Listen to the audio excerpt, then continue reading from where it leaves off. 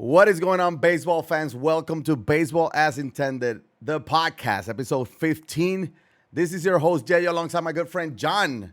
First off, if you're watching us on YouTube, subscribe. You guys have been watching a lot of the videos. Make sure you subscribe, like the video, share it with a friend, turn the notification bell on. If you're on Apple, Spotify, whatever the case may be on the audio platform, make sure to like it, rate it, all that good stuff. But we're going to be talking a lot of baseball today. There was a lot of baseball played this week, so we're going to be going around the league. If you're watching on YouTube, you will see our lineup, right? We started with our leadoff. We're going to be talking about around the league. And that second or third topic, very interesting because he says Jon's topic. I have no idea what he wants to talk about. He told me he wants to talk about something specific. So he has his own topic for today. I guess we're going to be talking about Max Scherzer suspension, 10 games. Sticky stuff, and then Ohtani trade rumors or conversations that are out there. But first off, Jon, what is going on? How's it going? What's going on, my brother? I'm feeling good, man. I feel like we're at the point in the year where enough has happened in the baseball season that we don't have to keep saying, well, it's still early. It is still early, but we don't really have to keep saying that all the time. So I'm excited. Just hanging out, watching my Mets Sunday Night Baseball. We had a good weekend. We hung out. We watched Tank Davis, Ryan Garcia last night, which was pretty fun. We love some boxing. So, yeah, good weekend, man. Baseball all day. And I'm excited about the first topic. Like we were talking about this all week, that it's kind of time to see what's going on big picture around the league. What's caught our eye at the beginning? What have we been wrong about? What have we been right about? Yeah, I think we've been wrong about some stuff, right about some stuff. I mean, I'll let you, kind of lead it off because, like I said, we can kind of take a look right now and see what's going on. What's catching your eye just off the bat? and I think it's interesting what you mentioned about like it's not necessarily too early to talk about certain things. I think it's early for some things, but not for all. I 100% agree. We're already three and a half weeks into the baseball season. We're 20 plus games in, so. That's a decent sample, right? Yeah. And probably in a different episode, we'll have kind of like one of those, if it's for real or not, there's a name for it. But yeah, this week, there was a lot of good baseball, right? Played, especially by Houston. Houston swept Atlanta. That's one of the big news for this week. Houston kind of started struggling. Are they back? They are, they're only a couple of games, 2.5 games behind Texas. And then Atlanta, after losing 4 in a row, they're tied with your New York Mets for first place in the NL East. So, we got Pittsburgh hot 7 games in a row. I would like to say I picked the over. I was locked in on Pittsburgh. I was loving what Pittsburgh was doing. So yes, it's early for the over-under part, but I'm loving where they at. They have literally the second best record in baseball. And then another team with a hot start, Baltimore, in the best division in baseball, NL East. Very competitive. Every single team in the NL East is above 500. The same cannot be said about the AL Central. There's only one team above 500 in the AL Central. But those are some things that are being talked about a lot. A lot of good baseball left. A lot of good teams and bad teams that are hot. And there are obviously other teams that are not. But what's catching your eye? Let's start with the Atlanta-Houston, because that's a lot of people had that was a World Series preview, right? And Houston was not playing the best baseball, but they still swept Atlanta. What'd you think about that? Yeah, so that felt like an early statement, right? Because, again, we're a long ways away, but if you say Atlanta and Houston are going to be in the World Series, no one's going to tell you you're crazy. Those are two of the big heavyweights. And Houston just went into Atlanta and swept them. Atlanta did not get swept once all of last year. Doesn't mean Atlanta's on the demise or anything like that. I think this more speaks to Houston. They just know how to win big games. And for early in the season, this is about as big of a series as far as sending a message as there is. Atlanta had some bullpen struggles, which, with an eye towards the playoffs, with an eye down the stretch, they rely a lot on AJ Minter. The Astro. Yeah. Some people, I mean, he's very hit or miss, but you start looking strength against strength, right? He was going against Alvarez. That was their lefty matchup. Alvarez got the better of him. There's no shame in that. But the Astros are looking like they're going to just heat up and keep rolling through. I mean, I was surprised by that. I don't know why. The 3-game sweeps in April don't usually mean all that much, but to me, it felt like a statement. Like I took it as a statement that they, are just kind of picking up where they left off. And it was in Atlanta too, right? So to go on the road, go to Atlanta and sweep them there, it kind of adds to it. You mentioned the bullpen. Atlanta let go of Kenley Jansen, and Kenley Jansen is looking like the best closer in baseball. Not even exaggerating. And we were texting back and forth the other day about this, like, Kenley's throwing 97-mile-an-hour cutters by people with that sweeping slider at low 80s. Like, he looks like the old Kenley Jansen. Is that the piece that Atlanta's going to be missing? Like, there's no way. When we talked about Atlanta, we said, like, well, it's a good move to let Kenley Jansen go because he had kind of like ups and downs. But, like, he looks like he's fully back. It's not halfway back. And we're talking about 36, 37-year-old Kenley Jansen with a lot of mileage on that arm. And he looks like a stud. And not because I'm a Boston fan. I am wearing the Boston t-shirt. But, like, he is literally looking like the best closer in baseball. I think we agree on this. I don't know if you'll agree with me. I think closers and high leverage relief guys, they don't just grow on trees. That's why when a guy like Chapman leaves, I'm surprised that other teams don't go. Kenley Jansen, he did have his ups and downs.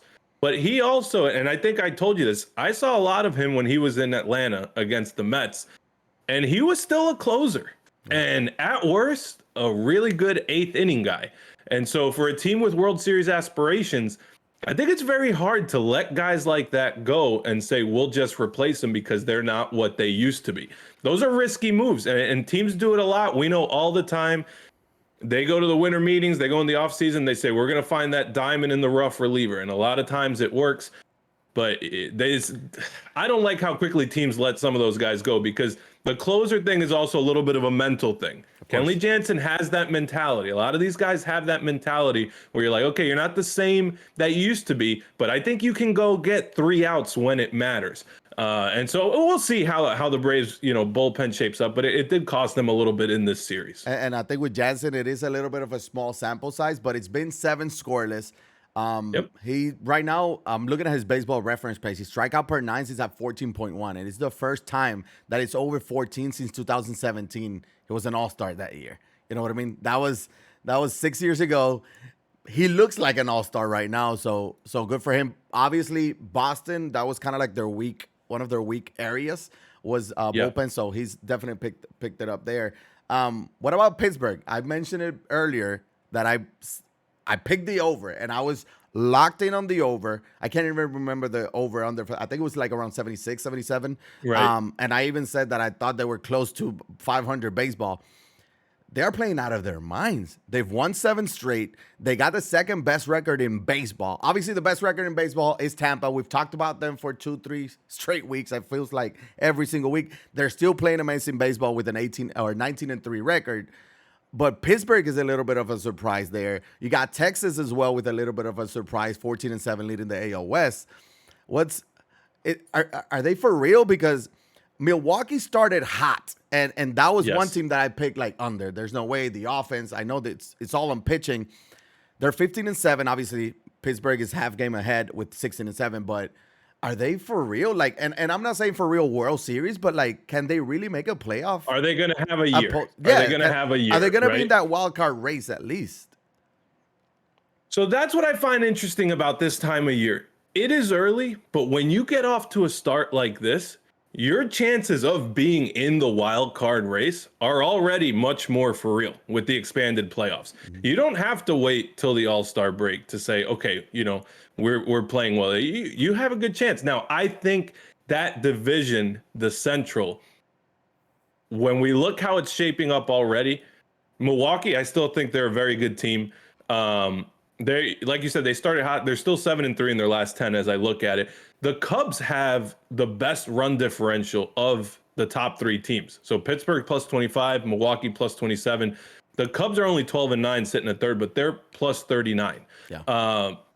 We talked about how they made some moves, and we like some of their moves that they made, and maybe that pays off for them. And then in 4th place, you have the Cardinals, who we expect to heat up. So when you start looking at that about a month in, it looks like it's really gonna, be a slugfest with good teams. Yeah. Now, one that I also wanted to mention very quickly, if I could. I'm sorry, go ahead. No. I was gonna say that NL Central race I think is gonna be very interesting because obviously you expect the Cardinals to have a little bit of a bounce back time. There's gonna be some hot streak there, but the Cubs, Bellinger is back, right? He looks like his old form. I saw a home run. He went deep a couple days ago, left center field. That's the old Bellinger, right? Like that MVP Bellinger. 420 on 420, right? Yeah. From Bellinger too. I could just see the Bellinger gift thing of all time. Yes, amazing by Bellinger. But Milwaukee has a little bit of experience as well. They're gonna be there. You gotta expect. Not sure what to expect about Pittsburgh, but I can definitely see this be a 4-team race all the way through. So that's gonna be very interesting. What was the other one you're gonna mention? So I was gonna say, to me, the AL Central, and I don't love this division as far as entertainment value. But looking at it right now, the Twins are in first place, right? They're 12-10. Not crazy impressive by any means. We were talking, they're the only team with a positive run differential. I think we both had Cleveland taking that, right? That feels a little bit wide open right now. And to me, I'm intrigued because Minnesota has gotten nothing from Carlos Correa. Absolutely nothing. Yeah. So they're 12-10. They've gotten nothing from Correa. I'm not even that confident that they will, but you have to hope if you're them. You gave them the contract. They traded a rise for Pablo Lopez. Some people liked it. Some people said you traded away the batting champ, who's gone out and looked like he's going to be the batting champ again this early on in the season. But they're interesting because they made some moves and then they're there. Do you think they can compete with Cleveland for that division, or you don't think so? 100%. I think it's going to be a 2-team race. Cleveland is not playing the best baseball either, right? There's only one player on the Guardians that has over 800 OPS. Obviously, that's Jose Ramirez, right? Aaron Civale is on the DL. That's a pitcher that, you need. Injuries are going to happen. We know that. It's a long season too, but they're still at 500, and I still have Cleveland winning it. Yes, Correa is going to be a big key. You have to think that he's going to get hot at some point. He did not play it in the WBC. He did not, I'm just saying, he didn't play a lot in the spring training. If you guys play in the WBC, you'll come out and rake. Maybe you would have been hotter or off to a hot start. He didn't play a whole lot in spring training. He had a little bit of a back issue, so there's some injury concerns there, not with the ankle, which was the failed physical. But I still expect Cleveland to kind of they're going to have a Cleveland run. And we've seen it before, right? Cleveland all of a sudden goes fun. 20-5, and then it's like boom, they were 3 back and now they're 7 up, and we've seen it before. I think we can see it again from Cleveland. I do think Minnesota has a very good team where they can definitely battle, especially for that wild card as well. They're gonna hang around, right? Yeah, you have to think that they're talented. Pablo Lopez was off to a very good start. He has a little bit of a rocky start his last start, but the first 2 or 3 starts were amazing, right? So they're gonna need pitching. But that's where you got it. Joan Duran has been very good at the end of the of games for Minnesota, and that's the reason why they're 12-10. It is a very weak division. Detroit 7-13. Nobody's hitting baseball there. We've talked about Javi Baez. Nobody has been. It's not only Javi Baez struggling. I think nobody has an average of over 250. Contagious. It's very bad. Kansas City, I was kind of high on them, not high as in playoff run, but I thought they interested. Interested. Yes, yeah. Bobby Witt, Pasquantino, you got Melendez with Salvi.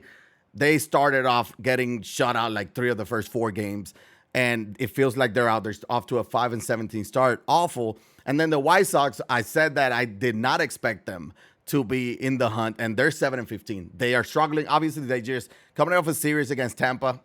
I mean, it is what it is. Who's not struggling against Tampa? Yeah, everyone's struggling against Tampa, but at the same time, it's you haven't done much either. So I do think it's going to be a 2-team race for the AL Central. It's definitely not the best division in baseball. We talked about this. It's funny, and I saw it on Twitter. And looking at the standings, Boston is 12-11, last place in the AL East. Minnesota is 12-10, first place in the AL Central. Boston will literally be half a game back of first place in the AL Central. but they're 7.5 behind Tampa. Like, it's crazy. It seems unfair. Just make it all one big American League. Just move the stadium a little to the left, and you guys, you Central would be time talking in about Boston. playoffs with an all-star closer in Kenley Jansen. Yes. Well, yeah. There have been some surprises, and I guess we'll kind of wrap it up with this. Yes. We've had some surprises. We did think the two best divisions of baseball would be the East, AL East, NL East, right? And so far, I mean, the AL East has me a little bit surprised in the sense of the order that it is in right now. Yeah. But both divisions are looking really, really good. The NL East, you kind of have the top two teams, I think, that we thought. Yep. And then the Marlins, what'd we say? If they can be around 500, they're there. They're a little bit above 500. It's those two divisions are really, really fun and really, really good. And same with Philadelphia. We said if they can play 500 until Bryce comes back, it looks like he's taking some ground balls at first base. We talk about that. He's probably like another month or so away from coming back. But if you're at 500, you get the MVP back. That might be a little bit of a push to get there. So that's obviously the AL East doesn't have a Washington team. Right. You know, but that's what separates the two of them. But the top four in the NL East and AL East, the top five in the AL East are very good. Just unfortunate for the worst team, Boston, Baltimore. Well, we thought Baltimore, but now they're second. New York and Toronto went at it this weekend, so that, you know, kind of cancels it off. But don't lose faith, Yeyo. By the way, listen, I said around 500. They're right they're right on pace. Yeah. But I will say, Yankees, Jays have been talking a little bit. Yankees hit Vladdy in the ninth, up by 5, kind of on purpose. It's only a matter of time, right? It's not. It's gonna happen. It's gonna happen. Yeah. It's gonna happen. So I just wanted to throw it out there now. And that's not even a hatred thing. That's just two teams that are really good that are gonna get absolutely sick of each other by the end of the year. 100%. I don't know. We're going to be talking about Jon's topic. I have no idea what he wants to talk about. I hope he doesn't catch me off guard. I am not prepared for this. I hope I don't look or sound stupid because it is a podcast. So if you're looking on the audio part, again, you're not seeing the topics, but there's a interesting something, Jon's topic. That he wants to talk about. Over this little segment. I've called it Jon's topic. And you may not look stupid. I may look stupid for bringing this up. And you have to be completely honest here. You probably Why are we acting like Juan Soto has not been scuffling for the last year and a half and that everything is fine? You think Let me look over a couple numbers very quickly. Go. Okay. So, and I'm looking at the Baseball Reference. So obviously he had the first 3 years were incredible, right? He had 2018, 2019, 2020. 2020 was, shortened by COVID. He led the league in everything there. 2021, he had a very good year. 2022, when he got traded, he was doing okay with Washington. He did not do very well with San Diego. He hit 236. He always walks. I can never take that away from him. His on-base percentage was still 388, which is insane. But his OPS was 778 with San Diego. The entirety of 2022, he had 62 RBIs. His OPS was 850. That is the total year. It was worse with San Diego. Now we look at the start of the year with San Diego. He's hitting 192. Still a high on-base percentage, 357. He's leading the league in walks. OPS 742. I'm not saying he's a bad player, but they put a lot of eggs in that basket as far as we want to win a couple World Series, and then we'll probably give him $500 million so that he stays. And everyone just keeps saying how good he is because of what he's done. But he now has been struggling for a little while. Am I reading too much into this? Or is this being kind of ignored and it's cause for concern? So I think people are seeing the struggles, right? It has gone down. He's the only one that's going to be losing money, right? We expected him to get like 450, 500 million. That's probably not going to happen. That's more in the Ohtani range, which is significantly better. But it was going to happen. It was in the conversation. It was definitely in the conversation. Now, I do want to, like, when I look at his Baseball Savant page, let me change my scene here on the YouTube one if I can find it. This is the Baseball Savant page for him. And when I first look at it, I still see a lot of red, right? We've talked about some guys getting a little bit unlucky. I don't think necessarily he's getting extremely unlucky because his expected batting average is still in the 52 percentile, but average exit velo is 80. Max exit velo is 88. Hard hit percentage is 93 percentile. So there is still a lot to like. Barrel percentage, 87%. Those are all good signs when talking about a hitter, right? Which is what he is. It's still impressive when you look at the average. He's hitting 198 batting average, but the on base is still at 369. Yes. He's almost too patient, right? Like his chase rate is 94%. His eye is unbelievable, but there's still a lot to like. You got to think that he is going to be able to figure it out, I would imagine.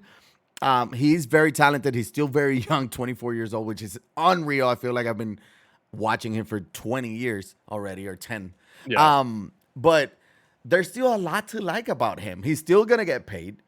Maybe not with San Diego, but are you more concerned as in like he's not the superstar that he was a couple years back? Yes. Or what? Yeah. So there's no concern of, is Juan Soto a very good baseball player, right? He does that with the on-base percentage alone, essentially. But this is why I waited kind of to this point in the year to say it, right? Because we had kind of a mediocre year last year, started to get worse with San Diego, and then you say, okay, a lot of guys need a little bit of time to adjust for some reason, new city, new team, all that. But it has been a little while now. So like you say, you look at that baseball savant, there are things to be, excited about, positive about, but now it has been a pretty big sample size. And his strikeouts are also going up. Now, they're not insane, but compared to what he used to, he's on pace to have the most strikeouts possibly in his career. The highest he's ever had is 132. Ever since then, he's only had like 93, 96. He's already got 22 this year. So this is, he has more strikeouts than walks right now. Again, a lot of these stats are good for a lot of players. I don't want it to get twisted into that argument, but we're going to see eventually, maybe they traded some superstars to get him, right? Washington got a nice package in their rebuilding, that was a rebuild trade for them. And so a team with World Series aspirations, he's in a very deep lineup. They are going to count on him, but he does have to do, I think, a little bit more. I just think right now, if you're San Diego, I guess the way I would sum it up, I think if you're San Diego right now, you're a little disappointed. I am. If I'm in San Diego, I'm a little disappointed with Juan Soto. And it surprises me because I actually never had any doubts with Juan Soto. We said this guy is going to hit for the rest of his career incredible numbers. Right now, he's not really hitting. He's still got the eye. He's still got a lot of, good baseball IQ, all that sort of stuff. But I think it's been a while now and he's not hitting, and it's something to keep an eye on. We both picked San Diego to win the division, and Juan Soto was a big part of it. Yes. Maybe now with Tatis coming back, it does provide even more depth to that lineup. Maybe that would help. But then again, maybe he just doesn't feel as comfortable in San Diego just yet. Yes, it's been half a year or however many games he played last year. Right. What was it, like 52 games, 23 games with San Diego again. It's not even a full half a year yet. Right. There's still a lot to like. I get what you're saying. I get your concern, as in like maybe he's not 1,000 OPS guy, but you know what? Not everybody is. Being Mike Trout, a career 1,000 OPS hitter, is very difficult, and he was up there, right? But I mean, yes, and that's where I'm coming from. Yeah. I'm coming from Juan Soto was a superstar. I expected Juan Soto to be a superstar. Really, you can't predict things, but really for the entirety of his career. And now there is a little doubt sneaking into my head, to be honest. So it's something I'm going to watch to see going forward. Is he a really good player who gets on base a ton and is very good for a team for a long time? Or is he a superstar? Yeah, it's one of those things when you see a superstar, it's like, oh my God, he's so good. And, those superstars usually don't tend to have back-to-back down years, or, if they have a little bit of a bad stretch, they come back. You see the Mike Trouts, the Bryce Harper had a little bit of a down year, which is when everybody started calling him overrated. And then he's back into MVP form. He, helped the Phillies make to the World Series. But it's interesting. It's going to be something that we're going to have to keep an eye on and see kind of like how it unfolds throughout the year. But I see you're off the Juan Soto bandwagon, so we'll see kind of like how that goes. I was never on it, but I did. I mean, he was obviously, he's an incredible player. So, Yeah. But yeah, that was my topic. Good topic. I didn't catch you really off guard that much, right? Not necessarily. I mean, you didn't know what was coming, but it was easy to talk about. Yeah. It was something that I knew. I was aware of his slow start. Let's put it that way. I was aware of his slow start, of course, because he's one of the biggest names in the sport, regardless. And he hasn't been is not off to a hot start. But again, it's been 20 plus games, 24 for the team. It's still 24 games. But you brought up the last 50 something from last year, and it's kind of like, when you were aware, I was aware. I wanted everyone to be aware. Well, yeah. Now let us know in the comments on YouTube. What do you think about this Juan Soto take? They're all gonna bash. Are you on the bandwagon or off the bandwagon? All I said is cause for concern. Let's be very. You're just bringing up the concerns. Talking about concerns, you're a Mets fan. Max Scherzer was suspended for 10 games after a little bit of a sticky situation, very similar to Domingo Germán's. Same umpire that got the sticky situation with Domingo Germán is the same one that got Max Scherzer. All three cases with the sticky situations with pitchers have been the same umpire. Just throwing it out there.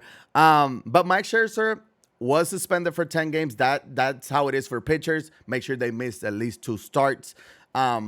He was going to appeal. He decided not to. He felt that it wasn't going to be a fair, I guess, trial in this case. What do you think about Max Scherzer? Like, older pitcher. We've talked about this. Does he need that extra help? I think he was on that same report that Garrett Cole was in the sticky. I'm just asking you. I want your take on Max Scherzer. Do you think he did something wrong? Do you think it's just the umpire's fault? Is it Major League Baseball trying to make something out of this? Like, let's talk about the sticky situation. Talk to me. It's your team. It's your pitcher. So I don't think this is a Mets issue. I don't think this is a Max Scherzer issue. I do think this is an MLB issue. And when I say issue, I don't know that it's a huge issue, but this kind of stems from some sort of mandate that they've given the umpires. And I feel like I can be fair because I said the same thing with Germán. And I think you were in agreement that, this was a mandate that came down. And when those things happen, the umpires, when they get the memo and then they go out and they're going to find a couple guys. And it was basically the exact same thing.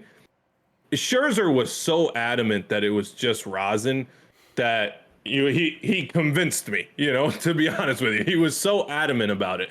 What I'm interested to see is, does MLB clarify this? Because if you look at the rules, it says, you can use rosin, you just can't use too much. Okay, what's too much, right? Because now pitchers are saying, well, when I'm sweating and it combines with the water, it turns into something a little bit different. Yeah. So is that okay? But you can't go into the clubhouse and, put water on your hands to do it. It's weird. I don't necessarily like it. Either rosin is legal or it's not legal. That's one of the things. Even the hitters want the pitchers to have some sort of grip, right? Safety. So rosin's safety for them too. Rosin's, and the pitchers are ecstatic. The rosin's legal or it's not legal. Yeah, we had, Esteban last week talking about the baseball. MLB balls are slick. They're different than like in Japan and all that. You don't want them using that. Maybe make the balls. I don't want them to change the balls again, but give them stickier balls, do something. But I don't like the vagueness of the rules because at some point that's going to be really weird down the stretch in a big game when this happens and they're like, this is the same stuff everyone's been doing all year and you just decided it was too much. Yeah, so it's weird. What do you think? Because maybe I am a little biased. I have a Mets hat on right now. I just, true. I do think it's just weird. Like it's obviously legal because if not, they're telling these pitchers, go wash it off. You got too much. Scott Boras, his agent, said, no one can explain what is too sticky. There are no units of stickiness to quantify. So how do you enforce it, right? That's what Boras is saying. We don't know what too much is. Sometimes, common sense can tell you if it's too much, right? But if they're telling you to go wash it off, change your glove, and you do that and come back and they're still on you, then it's not on you. Yeah. What I find interesting is that it is the same umpire. Why is it the same umpire? Is he the only umpire following the rules of like enforce this a little bit more? Let's be a little bit more strict on it. Or is he the only umpire that's saying like, I'm going to be the hero and I'm going to get some pitchers suspended because they got all this sticky stuff. So I'm not sure where I'm kind of, listen, I'm not the biggest fan of umpires, so I kind of want to tend to say like it's the umpire's fault at this point. Yeah. But at the same time, they have a crew. They have other umpires there, and they're allowing this guy to do that as well. You know, again, with Max Scherzer, poor guy. He was like, I swear on my kids. Like he was having an aneurysm. Yeah, he was. I've never seen someone so passionate. Poor guy. And you know, again, there's not. You just got to follow what they tell you at that point, right? They are the authority. What are you going to do? Change glove, you change glove. But, yeah, I don't know. You got to have something sticky. You got to have something. That's what the pitchers say to avoid injuries, to avoid the ball just going wherever they want. They need a little bit of extra grip.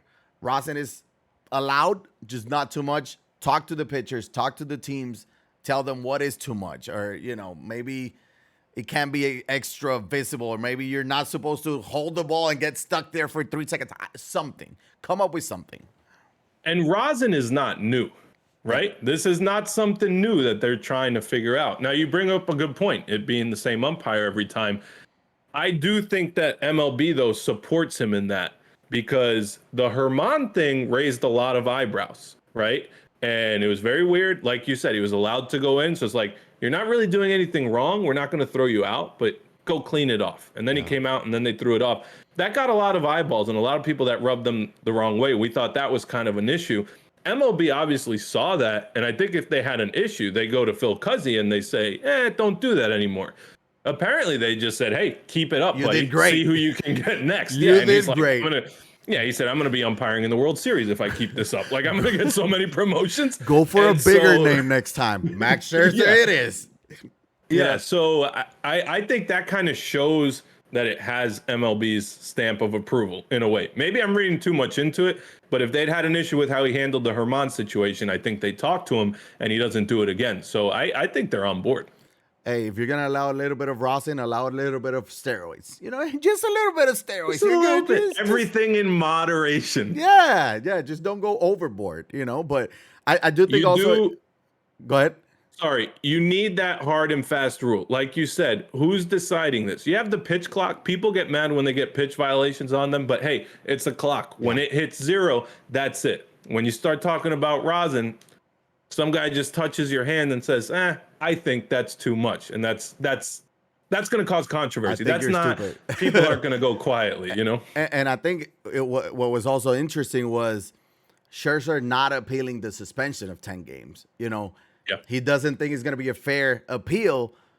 So is the process as well wrong, right? Like everybody knows the suspension for all this stuff, what it is, but you also have that appeal system. But apparently a player of, Max Scherzer's caliber, he's been in the league for so long. Yeah. He still doesn't trust it. And I don't know all the details about it. I don't know who's going to be there, who's not. I think he mentioned something about somebody from the MLB is not going to be there or whatever the case may be. I think I can tell you what that was. So he thought that the hearing would be in front of a neutral arbitrator, kind of the way they do arbitration. But the hearing, it turns out, was just going to be someone from MLB. Yeah. And so to him, and I don't know, I think he should have still gone and argued it just based on the principle of it, you know. But maybe that was his way of making a point, like you said, like the process of deciding if we have too much stuff on our hands is BS, and then the process to appeal it is BS. And, you know, I don't like any of this. So maybe that's what he was doing. But I think that was he wanted just a random neutral arbitrator. And he said that's not what he was going to get. And appealing it at that point, we're going to knock it down to 8. You're still going to miss a starter too. So it was like, I guess I'll take it and come back to it. But yeah, it's only 2 games for a starter. The Mets are still in first place. Your Mets are still in first place. So good for them. Let's talk about Ohtani, because Jeff Passan, there was a little bit of a Passan bomb, what is known on the Twitter world. And he mentioned that if the Angels struggle, which right now they're not struggling as much, they're 500. They're third in the AL West, record of 11-11. They won today. They had a back-to-back-to-back. Ward, Trout, and Ohtani back-to-back-to-back. That ended up being the game winner. That was so cool. You have Trout and Ohtani in the same lineup, hitting back-to-back. But Passan did say that if they struggle, they're going to look into trading Ohtani. Obviously, we know that he's going to be a free agent at the end of the year. We talked earlier about what we expect him to get, which is over $500 million. Is this something? Is this nothing? Obviously, the Angels came out and say, no, there's nothing on that, whatever. Of course. But when somebody like Jeff Passan tweets that out, I kind of believe him. So it wasn't groundbreaking, though, right? No. If the Angels are out of contention, Ohtani probably gets traded. It was shocking to kind of see it this early because, like we said earlier, it's early for some stuff. It's not early for other stuff, right? To me, it is too early for this. When you look at the Angels, they're playing 500 baseball right now. Houston's gotten ahead of them, but Texas is also ahead of them. You feel like they can catch Texas, see if they're in the running for a wild card, which this has kind of been our expectation for them all year. Put a full year together, see if you're in the wild card hunt. Right now, I don't think they've done anything to say that they won't. They're playing 500 baseball. Just see where it goes. No. We know. You said it when we were doing the over-unders at the beginning of the year. I think you picked the under on the Angels because you were like, they're going to trade them if they're not in contention. Yeah. And I was like, yeah, it's a good point. You have to get something. I was like, I hope not. You have to. And I wouldn't even blame them from that, to be honest with you. I think they'll offer him probably quite a bit, as much as they can afford or think they can afford. But he'll probably get traded, and that's what they have to do. No one blames the Nationals for trading Soto. But it was weird to tweet it out this early. Like, they haven't done any. They didn't get off to a 5-15 start and look awful. They're fine. They're playing 500. Let's give Trout and Ohtani a full year, see how they look, and then we'll talk about that later. But right now, I still want to see the Angels be good. So I don't like this. I want to see them be good. Yeah, and I think, he's obviously dominating right now. He's 3-0, 0.64 ERA. I mean, he's different. He's obviously different. I think, I don't know what struggling is. You're 2 games back of the wild card right now. I think it is too early, but there's a reason why that tweet came out, right? Somebody said something. He didn't just decide to tweet that. He wasn't like on April 20th, I'm just going to tweet this out. I don't think that's how it works when you're Jeff Passan. You don't need that. So I think somebody mentioned something maybe, and that's why he decided to tweet it out. It is early. There's still a lot of baseball left. They can go on a 15-game winning streak, and all of a sudden everything changes. But they can also go on a 10-game losing streak, and you start looking at other teams and trade possibilities. And then you retweet Jeff's tweet. Exactly. Now, but the teams he mentioned. That's where I was going. If he does get traded, you have to expect that if a team is going to empty the farm system for an Ohtani, it's because they're going to be able to sign him. Right? Like, it's kind of one of those things like, I'll take him, but he's signing with me. It's not going to happen. Realistically, there's only a handful of teams that can get him or offer the Angels something to be like, yeah, I have to take that deal, or that's the best deal available. What do you think? Where do you think, if, let's play the game, he does get traded. Let's say Shohei Ohtani does get traded because the Angels are not a very good team. Where does Shohei Ohtani ends up? We shouldn't be talking about this. It's too early, but I think it's one of the big teams. I think he's either in LA or New York. One of the teams that Jeff Passan did mention, and I really like this one, was the Cubs. Like, I wasn't necessarily thinking of that, but the Cubs, we talked about them earlier. They've made some moves. They look like they're coming up. Maybe they're ready to make a big commitment and spend a ton of money. He does make you instantly so much better on both sides, right? Because you are getting him on the mound and at the plate. And so if you're in it, you can, it legitimately, we say it all the time now, but it's like adding 2 players. So I think that makes it actually easier for some team like Chicago that maybe you wouldn't expect to go out and do that, to do it. But gun to my head, I still think he goes to LA or New York. Yeah, and I think you have to think about the big teams, right? It is too early. I do agree that it's too early, but Jeff Passan brought it up. We have to talk about it, yeah. It was not us. You have to think the Yankees, because they are the Yankees. They do have a lot of money on that team with Judge signing that big contract. They still got Garrett Cole. Stanton is still in the books. Not sure how much longer he has. The Dodgers, it feels like they've been getting ready to offer something for Ohtani. Like they didn't sign. Tried to spend money. They didn't bring Trey Turner back for a reason. They wanted to have money for that Ohtani Machado offseason. Machado's staying in San Diego, so Ohtani's the next one, right? Or was the top of the list, but Ohtani's gonna be there. Yeah. They have the farm system. He is in California. Obviously, he's from Japan, so he wants to play on the West Coast. He doesn't want to leave LA. He likes LA. He just wants to play for a good team.